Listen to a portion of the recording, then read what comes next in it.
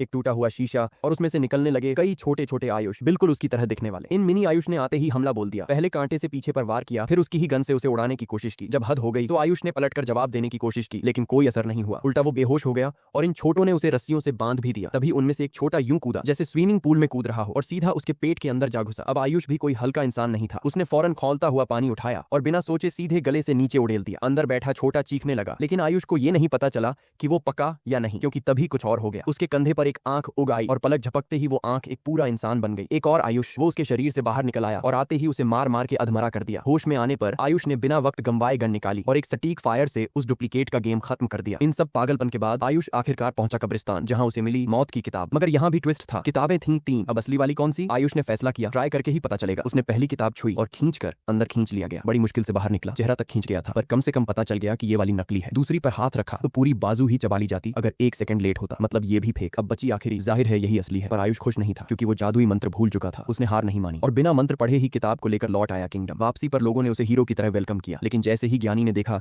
कि मंत्र नहीं पढ़ा गया, वो आग बबूला हो गया। उसने चेतावनी दी, अगर बिना मंत्र के किताब लाओगे तो कब्रिस्तान के सारे शैतानी आत्माएं बाहर आ जाएंगी। लेकिन आयुष ने कहा, मैंने तुम्हारे लिए जान दांव पर लगाकर किताब ला दी, अब तुम अपने वादे पर टिके रहो, मुझे मेरे टाइम में वापस भेजो। ज्ञानी नाराज था, लेकिन राजा ने आयुष की बात मान ली। ये देखकर किंगडम के लोग चुपचाप वहां से चले गए। सिर्फ एक ही थी जो उसके पास खड़ी रही, उसकी नई गर्लफ्रेंड। उसने कहा, मैं तुम्हारे साथ हूं। और तभी बुराई फिर लौटी। एक शैतानी आत्मा ने उसकी गर्लफ्रेंड को उठा लिया और उड़ गया। आयुष भागा, लेकिन वो बहुत ऊपर जा चुका था। अब वो समझ गया, अभी वापस जाने का वक्त नहीं है। अपनी गर्लफ्रेंड को बचाने के लिए आयुष ने एक बार फिर से तलवार उठा ली।